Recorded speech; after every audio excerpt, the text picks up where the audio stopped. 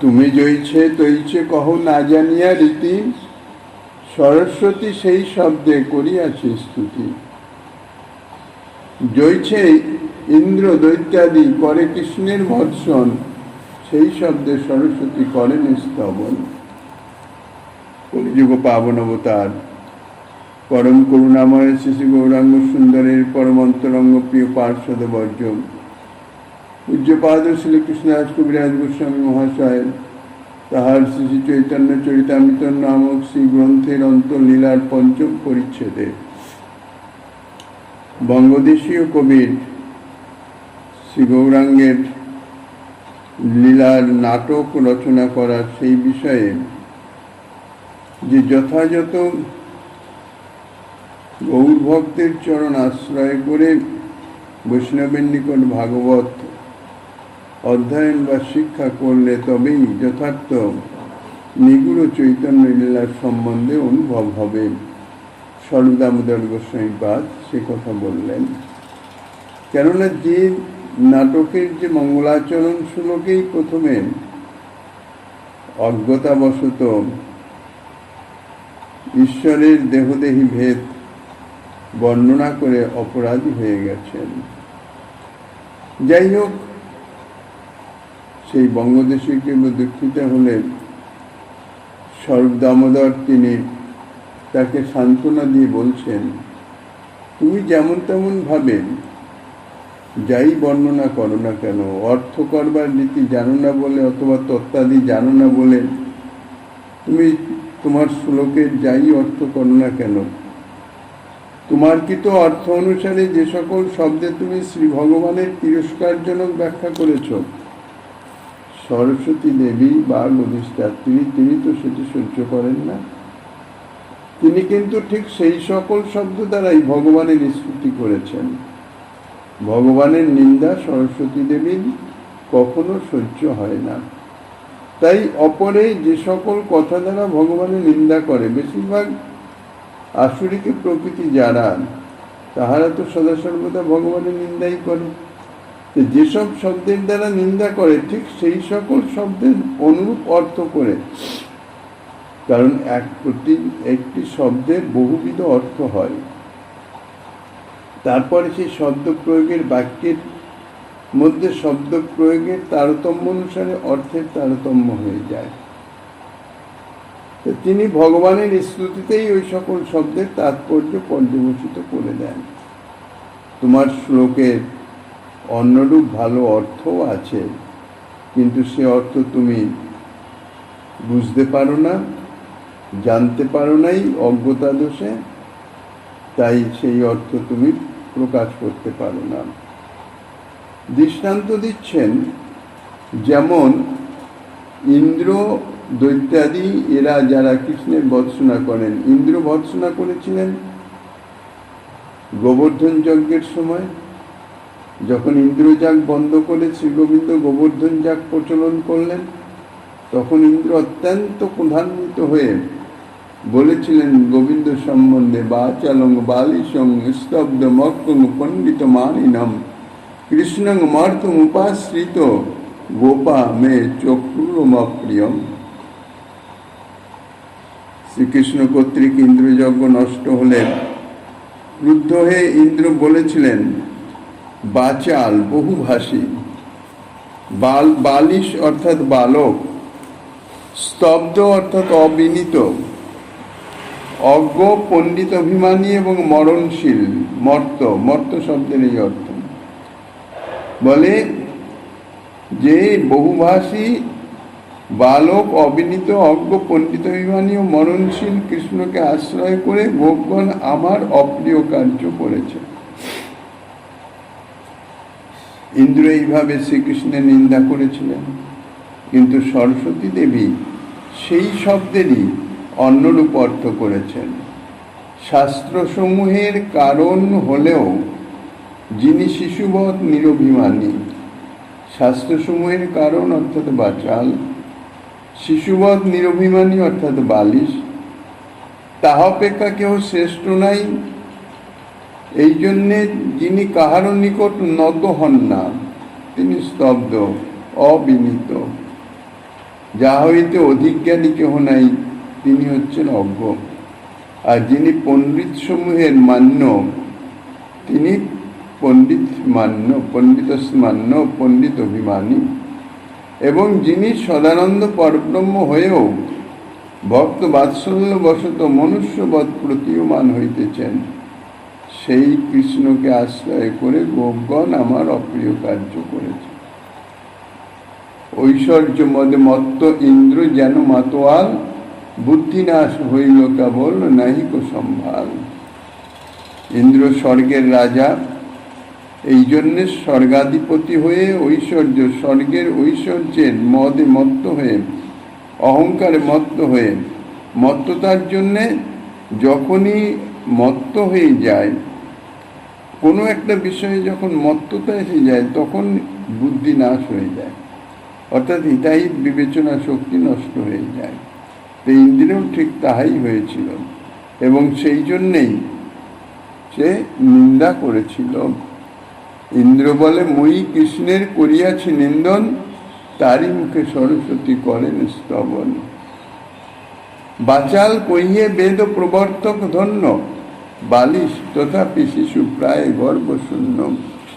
বাচাল তাকেই বলা হয় যিনি বেদ প্রবর্তক, সমস্ত শাস্ত্রের প্রবর্তক বা সমস্ত শাস্ত্রের কারণ যিনি, তাকে বলা হয় বাচাল। বাচাল শব্দের নিন্দার্থ অর্থ বাচাল আমরা কাকে বলি? সাধারণত আমাদের যে শব্দার্থ সেই হিসাবে বাচাল মানে যে অতিরিক্ত কথা বলে, বহুভাষী, অনর্থক, মানে বকবক করতেই থাকে, তাকে আমরা বলি বাচাল।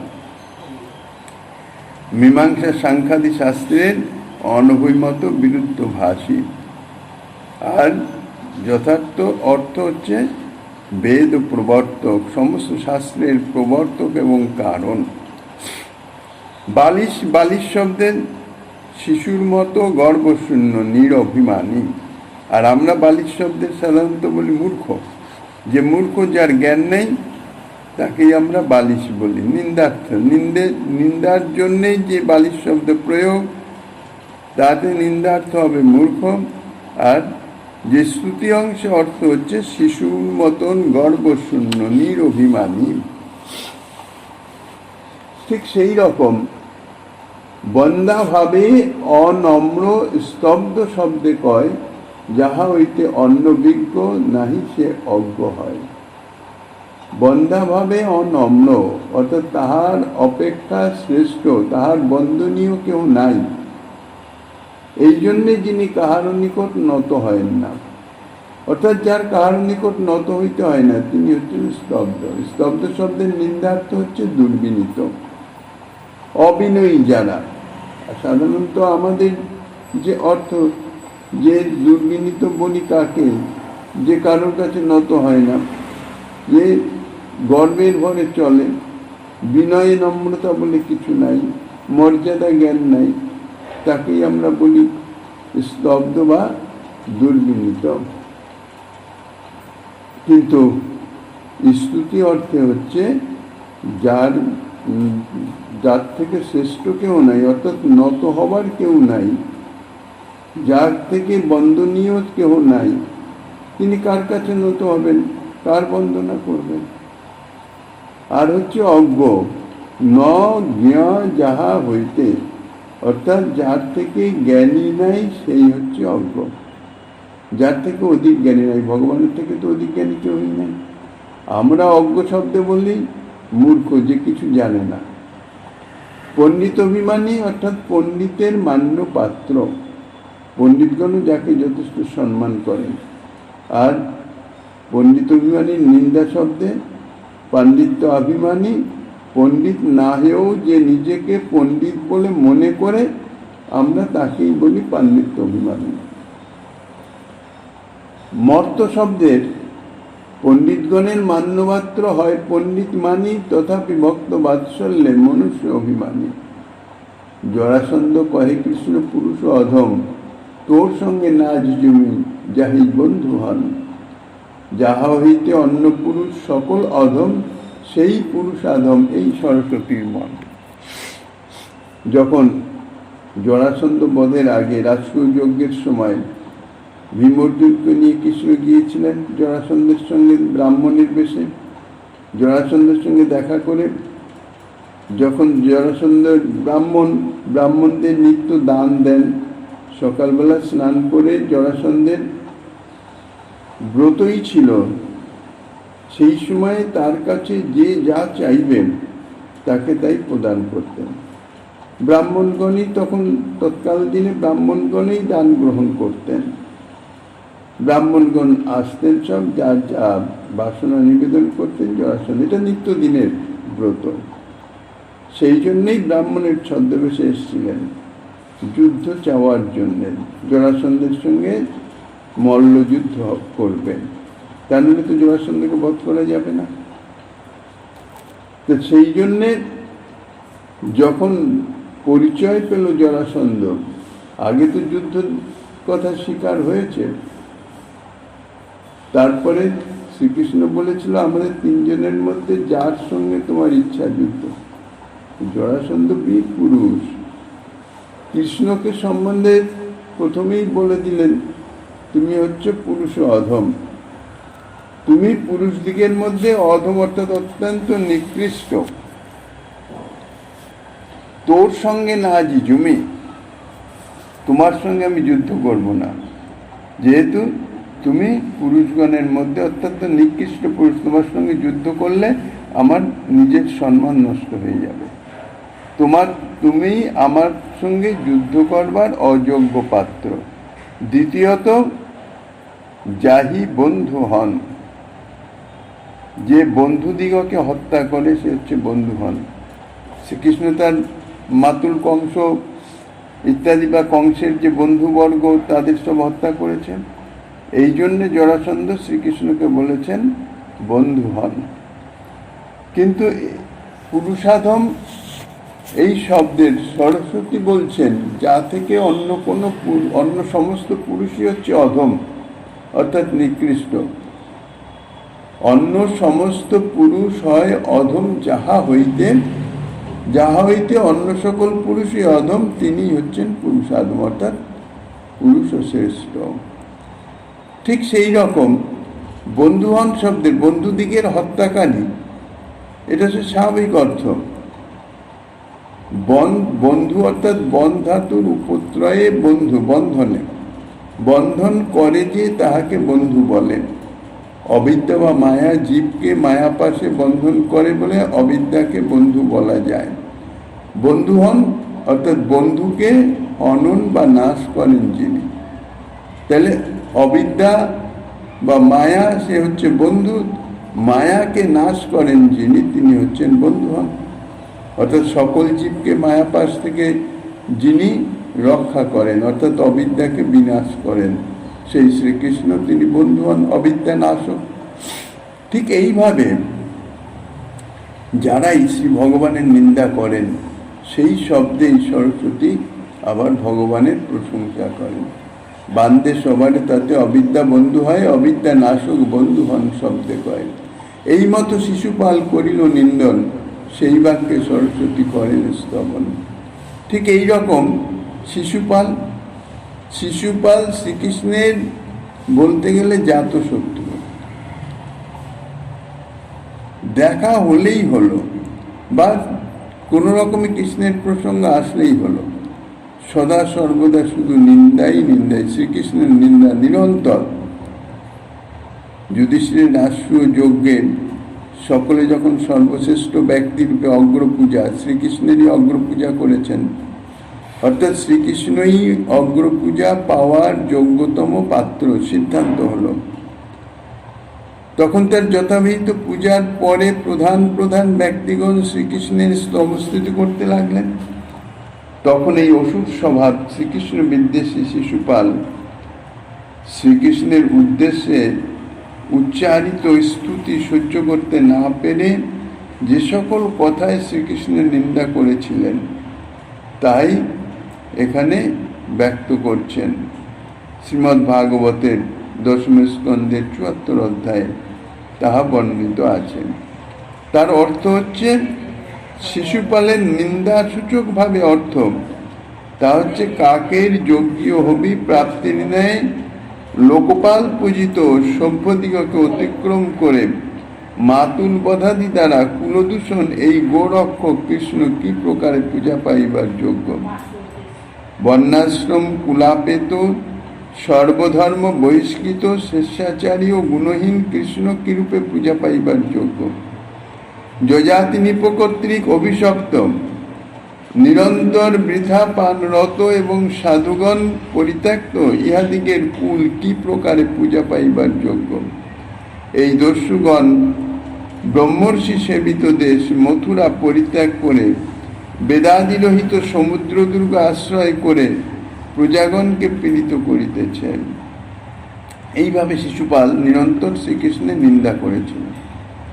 তাহারই সরস্বতী আবার স্তুতি প্রসঙ্গে অর্থ করেছেন, আপ্তকাম ব্যক্তি যেরূপ দেবযোগ্য কেবল হবি প্রাপ্ত হইবার যোগ্য নহে, কিন্তু সর্বস্ব প্রাপ্ত হইবার যোগ্য, সেইরূপ পাষণ্য দলন বেদ ও পৃথ্বীবাদী পালক শ্রীকৃষ্ণ লোকপাল পূজিত সভ্যদিগকে অতিক্রম করে কিরূপে কেবল ব্রহ্মর্ষি যোগ্য পূজা পাইবার যোগ্য, কিন্তু আত্মসমর্পণ পাইবার যোগ্য। ব্রহ্মত্ব হেতু বর্ণ আশ্রম ও কুল হইতে অপেত, অতএব অনধিকারত্ব হেতু সর্বধর্ম বহিষ্কৃত, পরমেশ্বরত্ব হেতু স্বেচ্ছাচারী এবং তমোয়াদি গুণরহিত শ্রীকৃষ্ণ কিরূপে শুধুমাত্র পূজা পাওয়ার যোগ্য? বলছেন শুধুমাত্র পূজা পাওয়ার যোগ্য নয়, আত্মসমর্পণের যোগ্য। মানে পূজাতেই সমাপ্তি হওয়া উচিত নয়। শ্রীকৃষ্ণের যা যোগ্যতা, যা মানে মর্যাদা, তাতে শ্রীকৃষ্ণের চরণে আত্মসমর্পণ করা উচিত।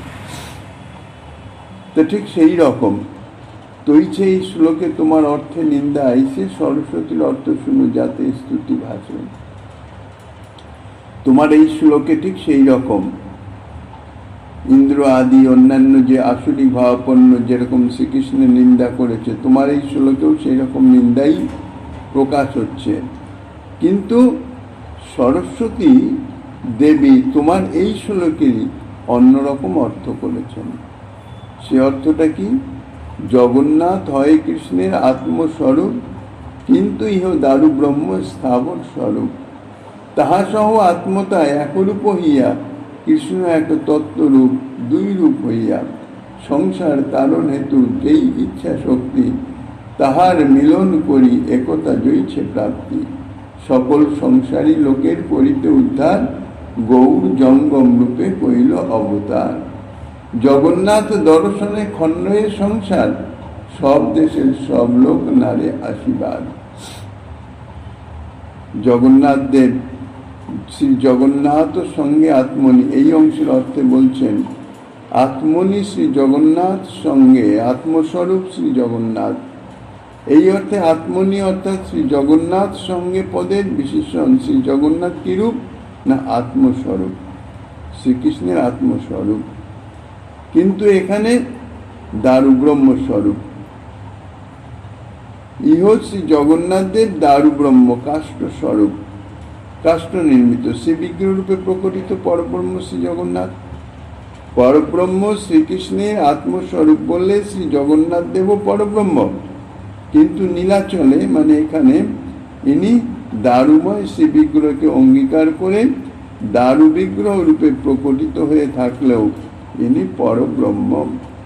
এই দারুময় বিগ্রহই পরব্রহ্ম সচ্চিদানন্দ বিগ্রহ। স্থাবর স্বরূপ অর্থাৎ যাহা চলে ফিরে বেড়াতে পারে না, অর্থাৎ যাহা অচল তাহাকে স্থাবর বলা হয়।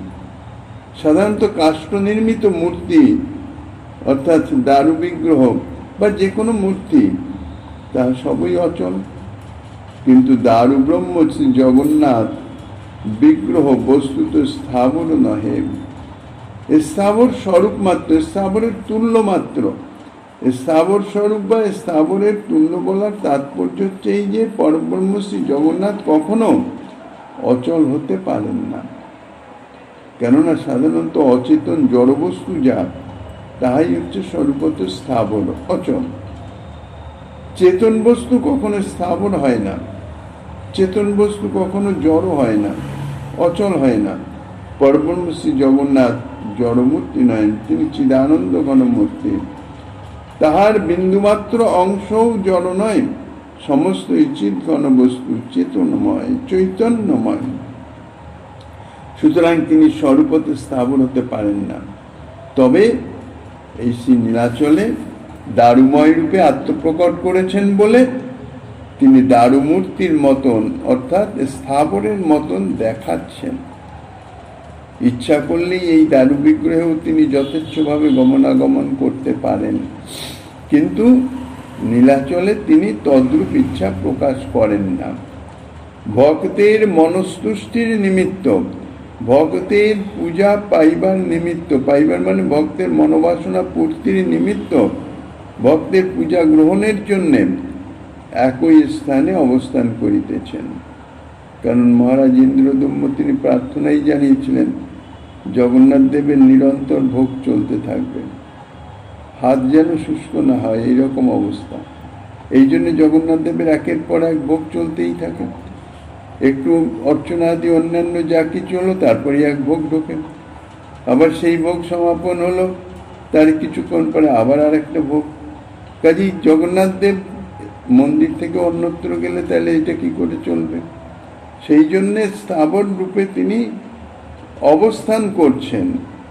তিনি যথেচ্ছভাবে গমনাগমন করতে পারেন, কিন্তু সেরকমই যে স্থাবরের মতন আছেন, তাই বলা হয়েছে স্থাবর স্বরূপ, স্থাবরের তুল্য। তারপর শ্রীকৃষ্ণের সঙ্গে, সেই দারুব্রহ্ম শ্রী জগন্নাথের সঙ্গে, শ্রীকৃষ্ণ দারুব্রহ্ম জগন্নাথের সঙ্গে একতা প্রাপ্ত হয়ে একই অর্থে শ্রীকৃষ্ণ দুই রূপ, শ্রী জগন্নাথ এবং শ্রী চৈতন্য, এই দুই রূপ একই পরব্রহ্ম তত্ত্ব শ্রীকৃষ্ণ, শ্রী জগন্নাথ এবং শ্রী চৈতন্য রূপে দুই রূপে প্রকট হয়েছে। পূর্বপয়ারে বলা হয়েছে শ্রীকৃষ্ণ জগন্নাথের সহিত একতা প্রাপ্ত হয়েছেন, কিন্তু শ্রীকৃষ্ণ ও জগন্নাথ যদি একই তত্ত্ব হন, তাহলে তাহাদের একতা প্রাপ্তি বলতে কি বোঝাবে? তাহারা একতা প্রাপ্ত হলেন একথা বললে সাধারণত বোঝা যায় আগে তারা এক ছিলেন না, এখন এক হয়েছেন দুজনে মিলে, কিন্তু তত্ত্বত তা নয়। জগন্নাথ হয় কৃষ্ণের আত্মস্বরূপ, তাহারা একই ছিলেন, কাজে একতা প্রাপ্ত হলেন বলার তাৎপর্য কি? এই পয়ের এই প্রশ্নের উত্তরে বলছেন, সংসার তারণ হেতু, সংসারাক্ত জীবগণের উদ্ধারের জন্য শ্রীকৃষ্ণের যে ইচ্ছা, সেই ইচ্ছার মিলনকেই বলা হচ্ছে একতা প্রাপ্তি। সংসারের তারণ হেতু যে ইচ্ছা শক্তি, মায়াবদ্ধ জীবকে উদ্ধার করবার জন্যে শ্রীকৃষ্ণের স্বরূপ সিদ্ধ একটা ইচ্ছা আছে। এই ইচ্ছার বশবর্তী হয়ে শ্রীকৃষ্ণ তিনি দারুব্রহ্ম রূপে, দারুব্রহ্ম শ্রী জগন্নাথ রূপে পূর্ব থেকেই নীলাচলে প্রকটিত আছেন। জীবদিগকে উদ্ধার করা ইহা নীলাচল চন্দ্র শ্রী জগন্নাথ দেবের ইচ্ছা। শ্রী জগন্নাথ রূপে একভাবে শ্রীকৃষ্ণ জীব উদ্ধার করছেন সত্য, তথাপি অন্য এক রূপে শ্রী চৈতন্য রূপে জীব উদ্ধার করারও ইচ্ছা আছে। শ্রীকৃষ্ণের এই যে ইচ্ছা, শ্রী চৈতন্য রূপে জীব উদ্ধারের ইচ্ছা, শ্রী জগন্নাথ রূপে জীব উদ্ধারের ইচ্ছার সঙ্গে একতা প্রাপ্ত হয়েছেন। এইখানেই হচ্ছে একতা প্রাপ্ত, উভয়ের একই রকম ইচ্ছা, একই শ্রীকৃষ্ণ একই জীব উদ্ধারের ইচ্ছায় শ্রী জগন্নাথ এবং শ্রী চৈতন্য এই দুই রূপে প্রকট হয়েছেন। শ্রী চৈতন্য রূপে কি প্রকারে জীব উদ্ধার করছেন? সমস্ত সংসারাক্ত জীবকে উদ্ধার করবার জন্য শ্রীকৃষ্ণ জঙ্গম শ্রী গৌর স্বরূপে অবতীর্ণ হয়েছেন। জঙ্গম অর্থাৎ গতিশীল, যিনি এক স্থানে স্থির থাকেন না, সেই রূপে এক স্থান থেকে অন্য স্থানে যাতায়াত করেন। শ্রী গৌরাঙ্গ সুন্দর এই জঙ্গম অর্থাৎ গতিশীল যাতায়াতক্ষম রূপে আত্মপ্রকট করলেন, অবতীর্ণ হলেন। শ্রী জগন্নাথ রূপেই জীব উদ্ধার করছিলেন, আবার শ্রী চৈতন্য রূপে অবতীর্ণ হয়ে জীব উদ্ধার করবার কারণটা কি? তিনি তো জগন্নাথ রূপেই তো জীব উদ্ধার করছেন। আবার চৈতন্য রূপে আবির্ভূত হওয়ার মানেটা কি? জীব উদ্ধারের জন্য। কিন্তু এখানে বলছেন সব দেশের সব লোক নারে আসিবার। শ্রী জগন্নাথের দ্বারা সমস্ত সংসারী লোকের উদ্ধার সম্ভব হচ্ছে না, কেননা তিনি তো অচল, বিগ্রহ রূপে এক স্থানে অবস্থান করছেন। এই জন্যেই শ্রী চৈতন্য রূপে অবতীর্ণ হচ্ছেন, কেননা সকল দেশের সকল লোকের জগন্নাথ দেবের সম্মুখে এসে জগন্নাথ দেবকে দর্শন করলে তবেই তো উদ্ধার প্রাপ্ত হবেন। কিন্তু সেটা তো সকলের পক্ষে সম্ভব নয়। যারা নীলাচলে এসে শ্রী জগন্নাথকে দর্শন করবে তাদের সংসার আসক্তি দূর হবে, তাহারা মায়াবন্ধন থেকে নিষ্কৃতি পাবেন। কিন্তু সকল দেশের সকল লোক তো নীলাচলে আসতে পারবে না। যাহারা নীলাচলে আসতে পারবে না তাদের কপালে জগন্নাথ দর্শনও নাই, সুতরাং তাহাদের উদ্ধার সম্ভব হবে না। তাহলে তাদের কি করে উদ্ধার হবে? জীব উদ্ধারের এটা তো শ্রীকৃষ্ণের স্বরূপগত স্বভাব। তাই তাদের উদ্ধারের জন্যেই শ্রী চৈতন্য রূপে অবতীর্ণ হওয়ার প্রয়োজন, যিনি গতিশীল হবেন, যাতায়াত করতে পারবেন। শ্রী জগন্নাথ পরব্রহ্ম হয়েও স্থাবর স্বরূপ বলে নীলাচল ছেড়ে অন্যত্র যেতে পারেন না। এই জন্যে শ্রীমন মহাপ্রভু রূপে শ্রীকৃষ্ণ চৈতন্য গোসাই দেশে দেশে যাইয়া সব লোক নিস্তারিল জঙ্গম ব্রহ্ম হইয়া। সরস্বতীর অর্থ এই কইল বিবরণ, এহ ভাগ্য তোমার হইছে করিলে বর্ণন।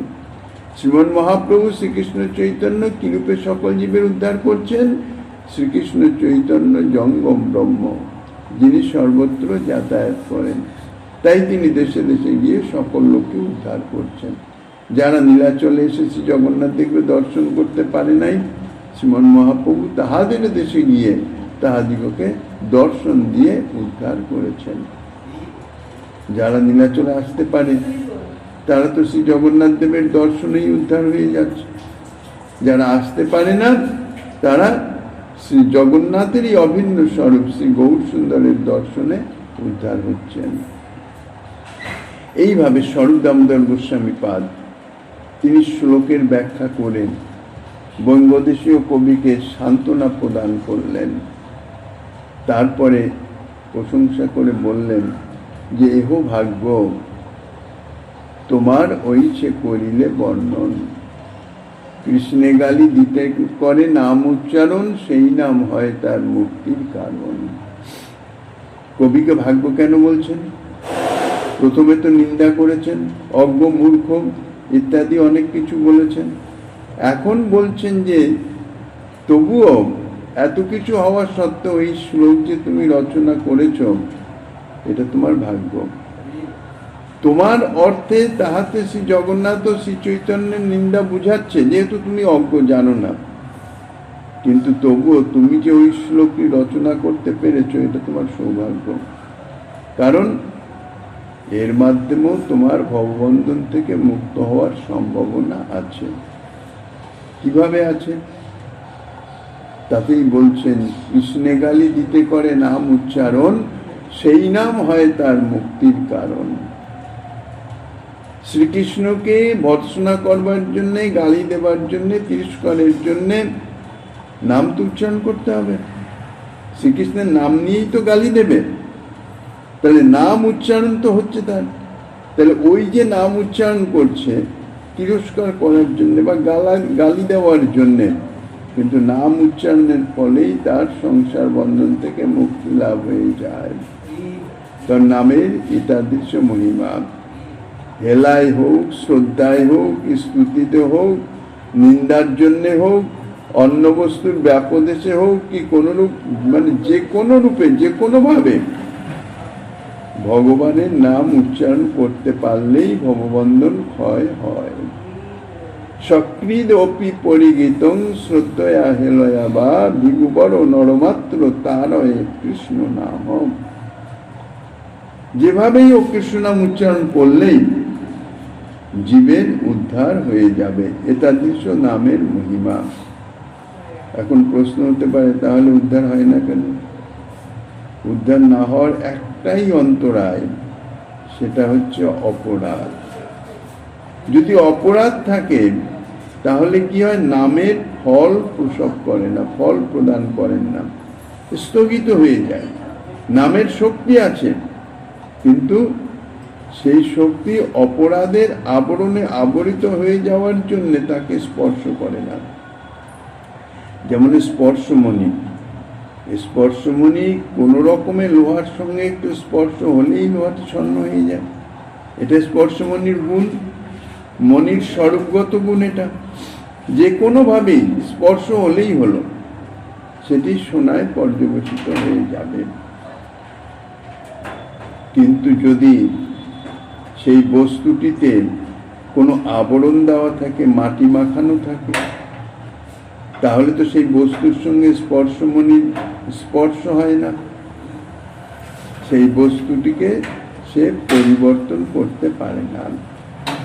সেই রকম যে কোনোভাবেই, হেলায় হোক, শ্রদ্ধায় হোক, নিন্দায় হোক, যে কোনোভাবেই হোক, ভগবত নাম উচ্চারণ করলেই তাতে জীবের সংসার বন্ধন মুক্ত হয়ে যায়।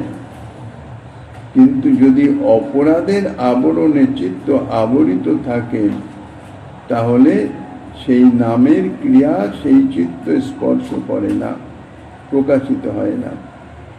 তো সেটাতে গেল অন্য কথা। এখানে বঙ্গীয় কবি যেভাবেই হোক ভগবত নামই তো উচ্চারণ করেছেন। কবির শ্লোকে শ্রী জগন্নাথ এবং শ্রীকৃষ্ণ চৈতন্য উভয়ের নাম বর্ণিত আছে, অর্থাৎ উভয়ের নাম বলা হয়েছে। তাহার কৃত অর্থ নিন্দাবাচক, এটাই শুধু তারতম্য। ওই নামদ্বয় তার মুক্তির কারণ হয়ে গেছে। শ্রীমন মহাপ্রভু বা শ্রী জগন্নাথ দেবের নিন্দা যথার্থ কবির তো অভিপ্রেত নয়। কবি যে শ্লোকটা রচনা করেছে সেটা কিন্তু নিন্দার জন্য করেন নাই, তার অন্তর্গত ভাব নিন্দা নয়।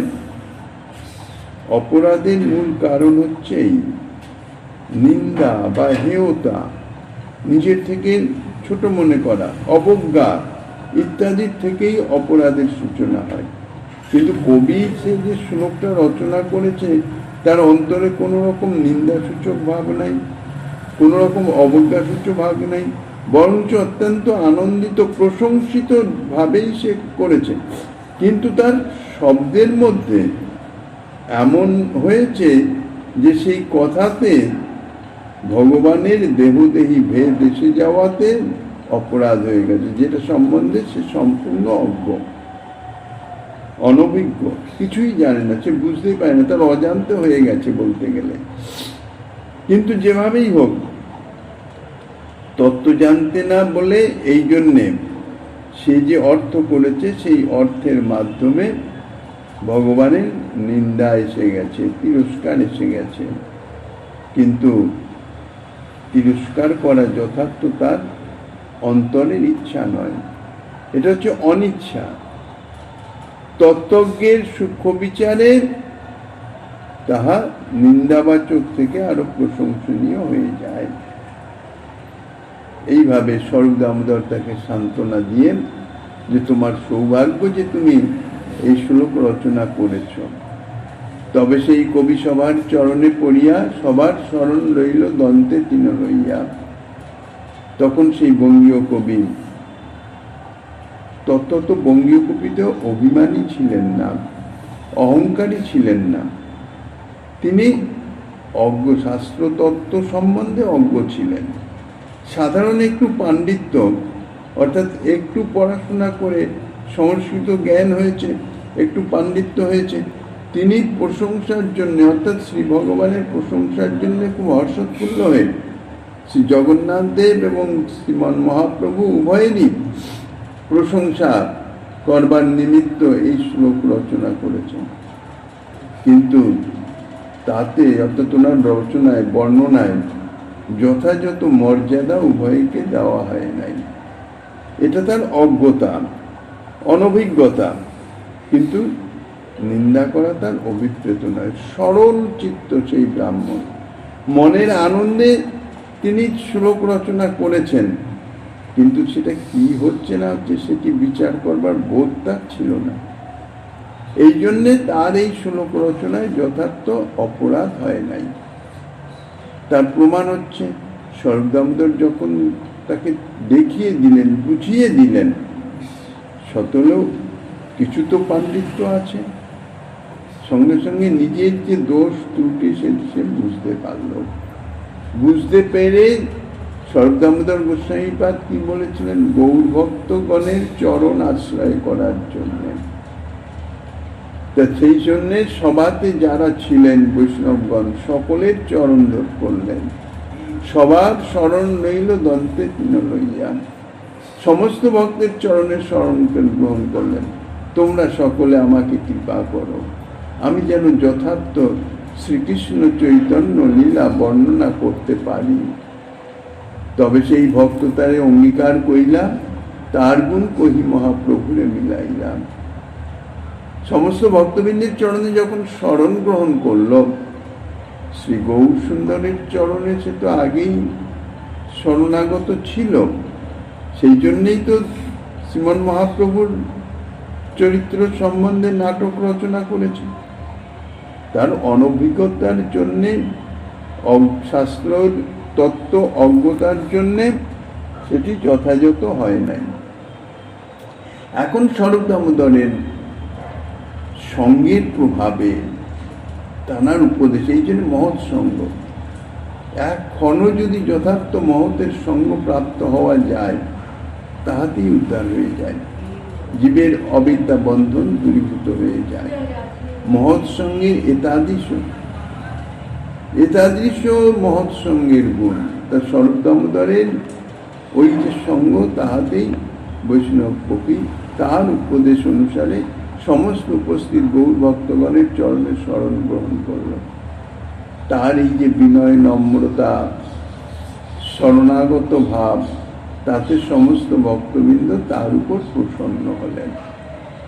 তার এই সমস্ত গুণ, সে কথা মহাপ্রভুর চরণে নিবেদন করে মহাপ্রভুর সঙ্গে মহাপ্রভুর চরণ দর্শন করান, অর্থাৎ মহাপ্রভুর সঙ্গে তার মিলন করালেন। সেই কবি সব ছাড়ি রহিলা নীলাচলে, গৌর ভক্তগণ কৃপা কে করিতে পারে। সেই কবির প্রতি এমন কৃপা হলো গৌর ভক্তগণের। আসলে ভক্ত কৃপা ভগবত কৃপা।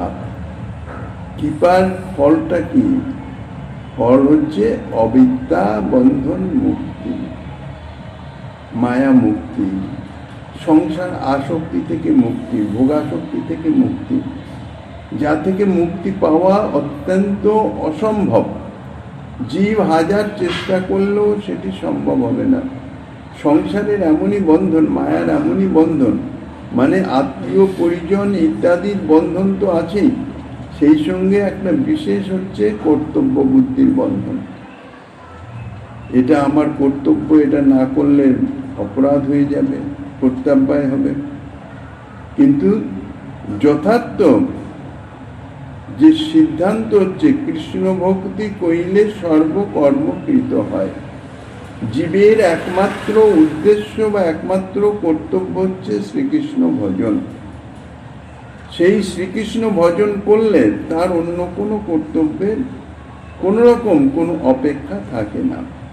জড়জাগতিক ইত্যাদি যাই হোক, সাংসারিক হোক, স্ত্রী পুত্র পরিজনের প্রতি যেখানে যত কর্তব্যই থাকুক না কেন, যতক্ষণ সে শ্রীকৃষ্ণ ভজনে রত না হচ্ছে ততক্ষণ তার সেই কর্তব্য যদি সে না করে তার জন্য তার অপরাধ হবে। কিন্তু যদি শ্রীকৃষ্ণ ভজন জন্যে সে আত্মীয় পরিজন ইত্যাদি সমস্ত ত্যাগ করে সে যদি একান্তভাবে শ্রীকৃষ্ণের চরণে শরণাপন্ন হয়ে যান, তাহলে তাতে তার কোনো প্রত্যাপায় হয় না, কোনো দোষ হয় না। তা সেই জন্যে সেই কবিও, সে তো বঙ্গদেশ থেকে গিয়েছিল নীলাচলে, নাটকটি রচনা করে শ্রীমন মহাপ্রভুকে শোনাবেন। শ্রীমন মহাপ্রভুকে বলতে গেলে অন্তরের ভেদ,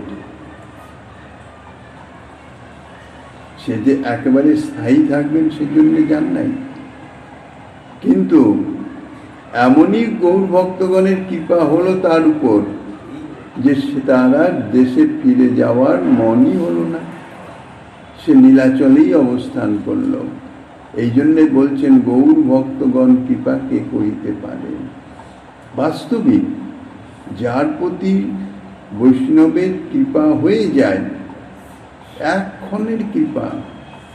একটা সত্য ঘটনা, বাংলার থেকে একজন অল্প বয়স্ক ছেলে এসেছিল বৃন্দাবনে। তৎকালীন দিনের তার পোশাক ছিল বেল বটমস যে ছিল যে সময়কার, সেই সময়কার, মানে বলতে গেলে আধুনিক। এসছে যেমন টুরিস্টের মতন দর্শন করে সেই রকম দর্শন করার জন্য এসে উঠেছিল বৃন্দাবনের থরে। সেখানে কিভাবে কি হয়ে গেল, সেই তৎকালীন থরের যিনি মহান্ত ছিলেন তাঁর কৃপা দৃষ্টি পড়ে গেল। সে কয়েকদিনের জন্য এসছে, তারপরে সে দেশে যাবে। দেশে গিয়ে তার ভাগ্নের বিবাহ আছে, সেই উপলক্ষে দেশে যাবে, তাকে যেতেই হবে। আর যেহেতু ভাগ্নের বিবাহ এটা বলেছে আমাকে যেতেই হবে, সেই জন্য সবাই তাকে মামা মামা বলে সম্বোধন করত। কিন্তু এমনই প্রভুর কৃপা, ভক্তগণের এমনই কৃপা, তার আর দেশেও যাওয়া হলো না, আর ভাগ্নের বিয়াতেও তো যাওয়া হলো না। একেবারে সমস্ত কিছু ত্যাগিয়ে একে একে সব কিছু ত্যাগ হয়ে গিয়ে নিষ্কিঞ্চন বৈষ্ণবতা হয়ে সে ব্রজেই থেকে ভজন করতে লাগলো।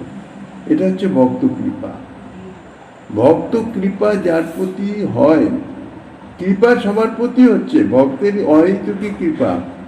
কিন্তু যদি অপরাধ না থাকে, গৌর ভক্তগণ বা কৃষ্ণ ভক্তগণ বা ব্রজবাসী, সে সমস্ত কথা, কোনো জীবের প্রতি যদি অপরাধ না করা যায়, অনাধাবনতা বশত বা অজ্ঞতা বশত অনিচ্ছাকৃত কোনো অপরাধ হয়ে গেলে সেটা হচ্ছে অন্য, তার জন্য প্রার্থনা ইত্যাদির দ্বারা সে অপরাধ খণ্ডন হয়ে যায়।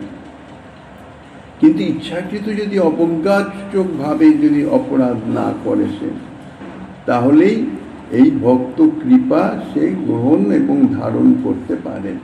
তা নইলে ভক্তের হাজার কৃপা করলেও ওই অপরাধরূপ ছিদ্র থেকে বেরিয়ে যায়। প্রচণ্ড বাড়ি বর্ষণ হচ্ছে, পাত্রও খোলা জায়গায় রাখা আছে, পাত্রে জলও বর্ষিত হচ্ছে, জল ধরছে, কিন্তু যদি নিচে ছিদ্র থাকে সেই জল দাঁড়াবে না, কিছুক্ষণ বাদেই জল সব বেরিয়ে যাবে, পাত্র যেমন শূন্য তেমন শূন্য। ঠিক সেই রকম যতই ভজন করা হোক না কেন, ধামবাস হোক বা যাই হোক, এই অপরাধের থেকে বাঁচার চেষ্টা করে চলতে হবে। চেষ্টা করলে মহৎ কৃপাতে অপরাধ থেকে বেঁচে চলা যায়। এই তো কহিল পদুম্ব মিশ্র বিবরণ, প্রভু আজ্ঞায় কহিল কৃষ্ণ কথার শ্রবণ। তার মধ্যে কহিল রামানন্দের মহিমা, আপনি